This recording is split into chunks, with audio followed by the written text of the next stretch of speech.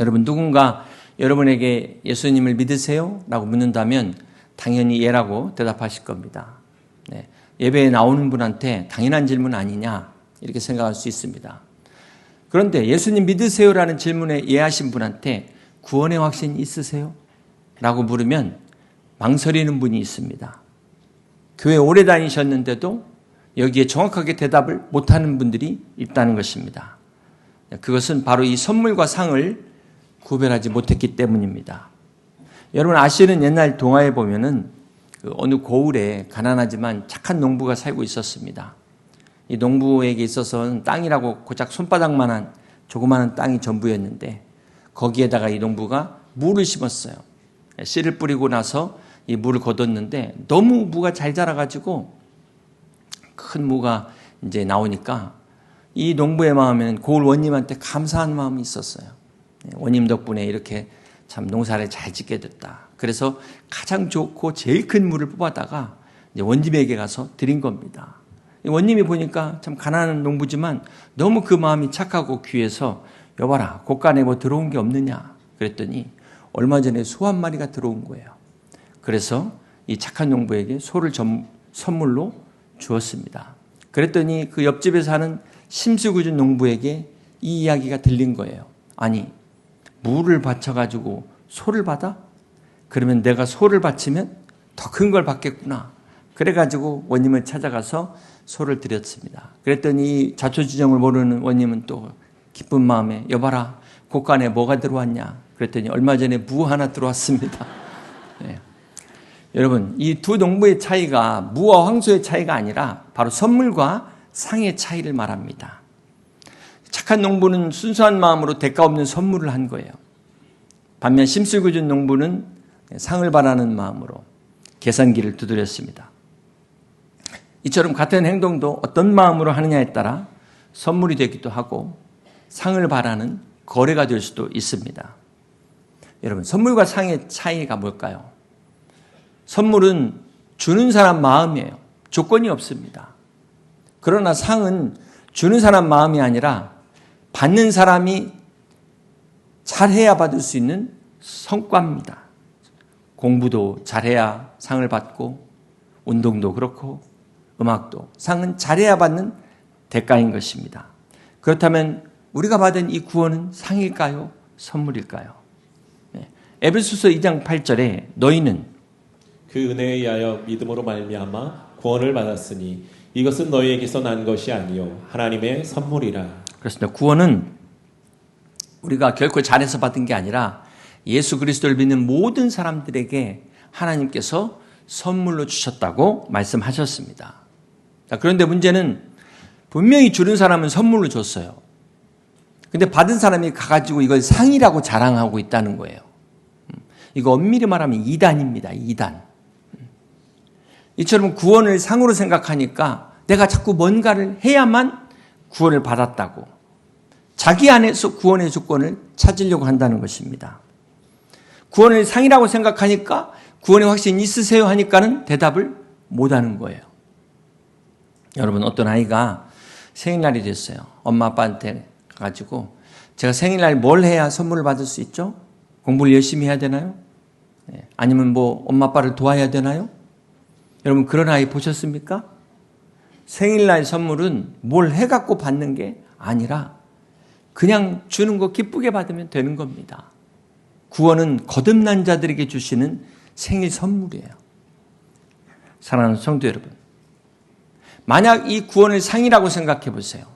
도대체 어떻게 얼마나 잘해야 얼마나 노력해야 우리가 이 구원을 얻을 수 있을까요? 상을 받으려면 반드시 거기에 기준이 있습니다. 합격을 해야 상을 받을 수 있어요. 특별히 이 기준, 이 구원의 심판관이 누구입니까? 바로 우리 하나님이십니다. 근데 하나님의 기준은 우리와 다르다는 거예요. 우리는 십계명에서 살인한 죄는 큰 죄고 마지막에 그 남의 물건을 탐내는 것은 작은 죄라고 생각합니다. 그런데 하나님의 기준은 달라요. 살인한 사람이나 탐심을 가진 자나 똑같은 죄인이라고 성경은 말합니다. 이게 바로 하나님 나라의 법입니다. 이게 바로 하나님의 기준이에요. 그래서 로마서 3장 23절에 모든 사람이 죄를 범하였음에 하나님의 영광에 이르지 못했다고 말씀하고 있는 겁니다. 어느 누구도 이 하나님의 절대평가에 다 불합격할 수밖에 없어요. 100점이 아닌 이상은 99점도 불합격이 될 수밖에 없는 것이 하나님의 법입니다.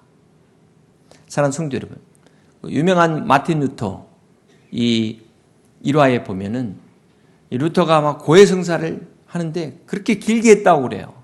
뭔 회개할 게 그렇게 많은지. 그가 사제가 되었어도 수도승이 됐는데도 그렇게 고해성사를 길게 해가지고 한 번은 그날도 고해성사를 너무 길게 하니까 이 그 고해성사를 받는 신부가 이런 이야기를 했다고 합니다. 당신이 이 고해를 받는 나를 힘들게 하는 이것도 죄가 되는 거 모르냐라고 화를 냈다는 그런 일화가 있습니다. 이처럼 루터는 아무리 죄를 고백했어도 그가 진정한 평안, 이 복음의 자유함을 깨닫지를 못했습니다. 왜 그랬을까요? 그건 루터가 자기가 뭔가를 통해서 이 구원을 이루어야 된다는 이 생각을 가졌기 때문에 그렇습니다. 그랬던 루터가 로마서 1장 17절에 오직 의인은 믿음으로 말미암아 살리라 에서 깨달은 것이 바로 구원은 상이 아니라 선물이라는 것을 깨달은 것입니다. 오늘 여러분 안에 이러한 깨달음이 있으시기를 주님의 이름으로 축복합니다. 이 시간 하나님께서 믿는 자들에게 주신 이 구원의 선물을 한 분도 빠짐없이 다 받아 누리시기를 주님의 이름으로 축복합니다. 우리가 이런 구원, 영원한 구원을 대가 없이 선물로 받았는데 그렇다면 우리가 어떻게 살아야 될까요? 어떻게 해야 될까요? 무엇을 해야 될까요? 아직도 이 복된 구원의 선물을 받지 못하고 저 세상에서 방황하는 저 영혼들에게 누가 가서 전해야 될까요? 오늘 우리가 가야 되지 않겠습니까? 오늘 보면 고린도전서 1장 18절 말씀입니다. 십자가의 도가 멸망하는 자들에게는 미련한 것이요 구원을 받은 우리에게는 하나님의 능력이라. 세상은 십자가의 복음을 이해할 수 없습니다. 2000년 전에 살았다는 그 한 사람이 십자가에서 죽었다는데 그 사람이 어떻게 나의 죄를 해결할 수 있단 말인가? 어떻게 내가 아무것도 하지 않고 단지 믿기만 하는 것으로 구원받을 수 있단 말인가? 황당하게 들릴 수밖에 없어요. 어떻게 한 번도 본 적이 없는 그 예수라는 사람에게 나의 인생 전부를 걸 수 있단 말인가? 세상의 지혜로는, 이성으로는 도저히 깨달을 수 없는, 믿기 어려운, 어리석고 성경은 미련한 것과 같다고 이야기하고 있습니다.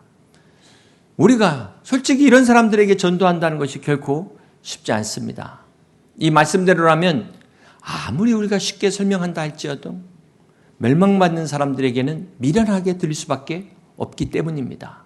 그런데 반면에 아무리 우리가 전도를 못하고 말을 못한다 할지라도 하나님이 택하신 구원받는 사람에게는 그들은 아멘으로 받는다는 사실을 믿으시기를 바랍니다. 오늘 여러분들도 이 말씀을 아멘으로 받으시기를 주님의 이름으로 축복합니다. 사랑하는 성도 여러분, 이 세상의 종교에는 공통점이 있습니다. 대부분의 모든 종교가 이 뭔가 그들 안에 교리가 다 있어요. 수행이라는 걸 통해서, 선행이라는 것을 통해서 극락이라는 것, 우리가 말하는 천국, 뭐 도에 다다른다 이렇게 이야기를 하는데 전부 다 인간이 신을 찾아가는 것입니다.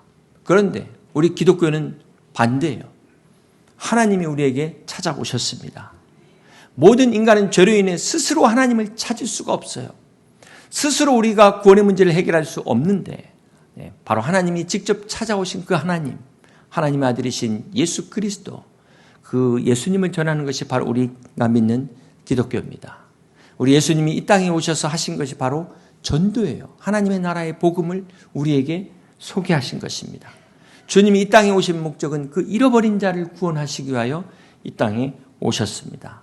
그리고 그 주님께서 이제 부활하시고 승천하시면서 마지막으로 당부하신 말씀이 우리가 잘 아는 마태복음 28장 19절의 말씀입니다. 그러므로 너희는 가서 모든 민족을 제자로 삼으라고 말씀하셨습니다. 사랑하는 성도 여러분, 이처럼 전도는 우리를 찾아오신 그 하나님, 우리에게 생명을 주신 하나님을 우리가 전하는 겁니다. 이 놀라운 굿 뉴스를 우리가 전하는 것입니다. 오늘 본문 고린도전서 1장 22절을 같이 한번 보십니다. 하나님의 지혜에 있어서는 이 세상이 자기 지혜로 하나님을 알지 못하므로 하나님께서 전도에 미련한 것으로 믿는 자들을 구원하시기를 기뻐하셨도다. 여기 전도에 미련한 것이라고 그랬는데요. 이게 전도가 미련하다는 말입니까? 아니면 미련한 방법이라도 전도하라는 말입니까? 이 말씀을 잘못 이해해가지고 어떤 분들은 그냥 상대방 배려하지 않고 무대포식으로 아주 막 그 상대방이 불쾌하게 할 정도로 전도를 하시는 분들이 계세요. 여러분, 전도에 미련한 것이라는 것은 십자가의 복음을 세상이 이해하지 못해서 그랬다는 것이지, 우리 하나님은 인격의 하나님이십니다. 그렇기 때문에 우리가 전도할 때 인격적으로 전도하셔야 돼요. 상대방을 존중하면서 우리가 복음을 전해야 됩니다. 그런데 이 사람이 막 거부했다고 해서 막 마지막에 예수천당 불신종 막 이렇게 나오시면 안 된다는 거예요. 반협박식으로 그렇게 하시면 안 되는 겁니다. 비록 복음의 내용은 미련하게 보일지라도 전하는 우리는 정말 지혜롭게 전해야 되는 것입니다. 자, 그러기 위해서 우리가 먼저 이 전도에 대한 오해가 있어요. 이 오해를 우리가 바로잡아야 됩니다. 첫 번째, 전도는 특별한 사람만 한다. 전도는 목회자들이 하고 선교사들이 하는 것이다. 뭐 이렇게 생각하는 분들이 있습니다. 여러분, 전도는 잘하는 사람이 뭐 따로 있습니까? 전도를 잘하는 사람만 하는 것이 아닙니다. 마가복음 16장 15절에 또 이르시되 너희는 온 천하에 다니며 만민에게 복음을 전파하라. 주님께서 제자들에게 모든 제자들에게 말씀하셨어요. 말 잘하거나 특별히 잘하는 어떤 한두 명에게 하신 말씀이 아니라는 것입니다. 그렇기 때문에 예수님을 믿는 사람이라면 누구나 다 전도자가 될 수 있는 것입니다. 우리가 예수 그리스도를 믿는 특권을 받았다면 누구나 다 전도해야 될 의무를 함께 갖고 있다는 것을 잊지 말아야 될 것입니다. 혹 여러분 중에 지금까지 단 한 번도 전도해 보신 적이 없으신 분도 있을 줄로 압니다. 나하고 전도는 전혀 관계가 없어. 내가 무슨 전도 뭐 이렇게 꿈에도 생각 못 하신 분도 있을 줄로 압니다. 그런데 사실 그분 삶 자세히 보면 그분도 전도하고 있어요. 뭔가는 전도를 하고 있어요. 맛집에 가가지고 SNS에 올려가지고 막 소개하면서 이거 대박이다. 그러면서 내가 쏠게. 약속 잡자. 이게 전도 아닙니까? 직장이나 어떤 모임에서 식사하면서도 또 막 딴 데 맛있는 거 막 얘기하면서 그 식당 주인하고 전혀 관계가 없는데 열심히 막 홍보를 하더라고요. 이게 전도 아닙니까? 여러분, 물어보지도 않았는데 그 어디 있는 식당 뭐 찾아가지고 지도 링크까지 보내줘요. 이게 전도 아닙니까? 가족과 친구에게 막 자기가 아는 정보들 막 나눠주면서 특별히 막 여기에다가 투자하면 대박 난다. 막 저녁에도 막 늦은 시간에도 전화하면서 막 그렇게까지 정보를 알려주면서 정작 나에게 영원한 생명을 주시고 내 인생을 바꾼 이 복음은 때가 아닌 것 같아. 분위기가 어색해. 이래가지고 망설이고 있지는 않습니까? 어디 가서 1,000원만 싸게 사도 자랑하면서 내 영혼이 구원받은 이 영생의 문제에 대해서는 입을 다물고 있지 않습니까? 그렇다면 이게 진짜 구원받은 것일까? 그 구원은 어떤 구원일까? 여러분, 어떤 분은 구원의 확신을 무슨 막 환상으로 보고 막 음성으로 듣고 막 어떤 그 절대 부러워할 게 아닌데요. 진짜 구원의 확신을 가진 사람은 전하지 않을 수가 없어요. 진짜 구원의 확신을 받았다면 침묵할 수가 없는 겁니다. 진짜 구원에 대한 확신을 가지면 이 전하는 게 전도가 선택이 아니라 필연이 돼요. 필연. 진짜 구원을 받은 사람은 전도가 이게 의무가 아니라 열정이 돼요. 열정. 누가 시켜서 하는 게 아니라 자발적으로 전하지 않고는 견딜 수 없는 심정을 갖게 되는 것입니다. 그렇습니다. 여러분, 전도는 결코 말을 잘해서 하는 게 아니에요. 그냥 내 있는 이 좋은 것, 이 귀한 것을 나누고 싶은 이 마음만 있다면 얼마든지 누구든지 가능한 것이 바로 전도입니다. 두 번째, 전도에 대한 오해는 대부분의 사람들이 전도하면은 이렇게 막 전도지를 들고 지하철 가서 나눠주는 사람들 생각해요. 여러분, 낯선 사람들이 막 왔다 갔다 하는 그런 데서 전도지를 나눠주는 것 결코 쉽지 않습니다. 그런데 이 전도가 낯선 사람에게만 하는 게 아니라 여러분 한번 생각해 보세요. 여러분 중에 정말 모르는 사람이 복음을 전하거나 전도지를 줘서 뭐 그렇게 믿는 분도 있을 줄 압니다. 그러나 대부분은 다 관계가 있는 내가 아는 사람을 통해서 복음을 듣고 여러분 이 자리에 있는 줄로 믿습니다. 그렇기 때문에 꼭 먼 데 가서 찾지 마시고 모르는 사람 찾아갈 생각하지 마시고 가까운 데서 여러분 주변에 믿지 않는 사람이 있다면 그들에게 다가가서 그들과 함께 영적인 교제를 자연스럽게 나눌 수 있는 여러분 되실 수 있기를 바랍니다. 세 번째로 이 전도에 대한 오해가 전도에도 이 성공과 실패가 있다고 생각하는 것입니다. 사실 전도의 실패는 없습니다. 전도가 안 되는 게 아니라 안 하는 게 문제죠. 예수님을 믿으라고 교회를 꼭 가자고 하는 것만이 전도는 아닙니다. 우리가 얼마든지 그 사람과 이 인생의 문제를 이야기할 수 있고 죽음의 문제를 이야기할 수 있습니다. 여기에 무슨 실패가 있겠습니까? 물론 이제 예수님 영접하라고 하는데 거부하고 같이 교회 가자고 했는데 이제 받아들이지 않으면 우리가 거절당했다는 마음의 상처를 받아요. 이게 부담이 됩니다. 그런데 여러분 한번 생각해 보세요. 그 사람 입장에서 보면 지금까지 그 사람 평생 살아온 가치관이 있잖아요. 지금까지 그 사람의 습관이 있습니다. 그런데 누가 와가지고 그 한마디 한 걸로 그걸 바꾼다는 게 이게 보통 어려운 문제가 아닙니다. 이 거절한다는 것, 그렇기 때문에 이것은 어쩌면 당연한 거예요.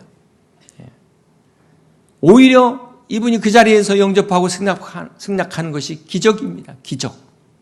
그렇기 때문에 내가 복음을 전했는데 거절했다고 해서 실패했다. 절대로 그렇게 생각해서는 안 됩니다. 전도의 성공과 실패는 이분이 교회에 나왔냐, 나오지 않았냐에 달려있는 것이 아니라 오늘 우리가 전도를 했느냐, 하지 않았느냐, 여기에 있는 것입니다.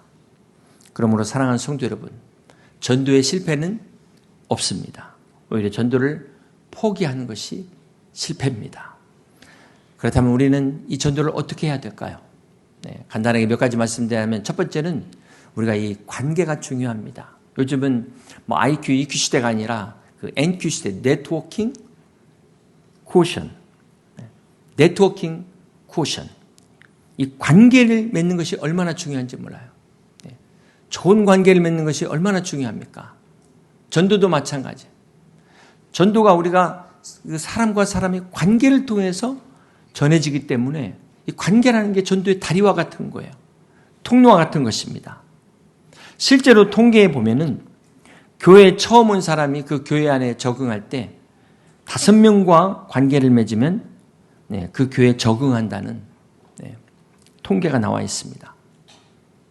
오늘 우리가 기도하고 있는 그 VIP들, 전도 대상자들, 그 사람들을, 좋은 사람들을 소개시켜주고 교회 안에서 서로 좋은 관계를 맺게 한다는 것이 이 사람이 믿음을 받아들이고 신앙생활을 하는데 정말 중요하다는 거예요. 오늘 여러분도 믿음 안에서 좋은 관계 맺을 뿐만 아니라 또 여러분이 지금 전도하고 있는 전도 대상자들도 우리 성도들과 좋은 관계를 맺어줄 수 있는 여러분 되실 수 있기를 바랍니다. 두 번째 우리가 어떻게 전도해야 될까요? 골로새서 4장 3절입니다. 우리를 위하여 기도하되 하나님이 전도할 문을 우리에게 열어주사 그리스도의 비밀을 말하게 하시기를 구하라. 사도 바울은 전도할 문을 열어달라고 기도하라고 말씀합니다. 그렇습니다. 우리의 힘으로 전도할 수 없습니다. 우리가 전도하지만 그러나 이 전도할 기회조차도 하나님이 주셔야 가능한 것입니다. 그래서 우리가 기도해야 됩니다. 기도는 전도할 수 있는 힘도 주고 열정도 주고 능력을 가져다 주고 무엇보다도 하나님을 가져다 줍니다. 사랑하는 성도 여러분, 오늘 우리의 기도가 우리의 VIP들에게 전도 대상자들에게 하나님을 느낄 수 있도록 하나님을 만날 수 있도록 여러분 함께 같이 기도하시길 바랍니다. 또 서로 기도하시길 바랍니다. 마지막 세 번째는 어떻게 전도해야 될까요? 여러분 전도할 때 어떤 마음으로 전도하십니까? 어떤 기대를 가지고 전도하십니까? 우리는 부족하지만 우리 힘으로 할 수 없지만 하나님이 여러분을 통해서 일하실 것을 기대해야 합니다. 어떤 분들은 전도하면서도 뭐 이런다고 될까? 내 믿음대로 될지어다 그랬어요. 영국의 유명한 스폴전 목사님 일화 중에 이런 이야기가 있습니다. 어느 날 한 젊은 전도자가 스폴전 목사님께 나와서 질문합니다. 목사님, 제가 이해가 되지 않는 게 있는데요. 목사님 설교할 때마다 이 많은 사람들이 믿는 것에 참으로 놀랍습니다. 그런데 제가 전도할 때는 아무도 관심을 갖지 않습니다. 무엇이 문제일까요? 그래서 스폴전 목사님이 물었습니다. 젊은이가 전도할 때 정말 그들이 예수님을 믿을 것이라고 기대하면서 기도합니까? 이렇게 물어보니까 이 젊은이가 솔직하게 그렇지 못하다고 대답을 하는 거예요. 이때 스폴전 목사님이 바로 그것이 당신의 문제입니다. 라고 이야기했다고 합니다. 사랑하는 성도 여러분, 우리가 전도할 때 그냥 단순히 전하고 끝나는 것이 아니라 오늘 하나님께서 여러분을 통해서 역사하신 거잖아요. 그렇다면 저 사람을 통해서 어떻게 역사하실지를 우리가 기대해야 되지 않겠습니까? 기도해야 되지 않겠습니까? 사랑하는 성도 여러분, 여호수아 6장에 보면 그 유명한 여리고성이 무너지는 장면이 나옵니다. 상식적으로 생각해 보세요. 그 견고한 여리고성이 아무리 13번이 아니라 130번을 돈들 그게 그냥 무너지겠습니까? 아무리 소리를 지른들 그 견고한 성이 무너질 수 있겠습니까? 그런데 이 난공불락의 성이 하나님 말씀에 순종될 때 무너졌다는 사실을 여러분 믿으시길 바랍니다. 여기서 우리가 기적의 원리를 발견할 수 있어요.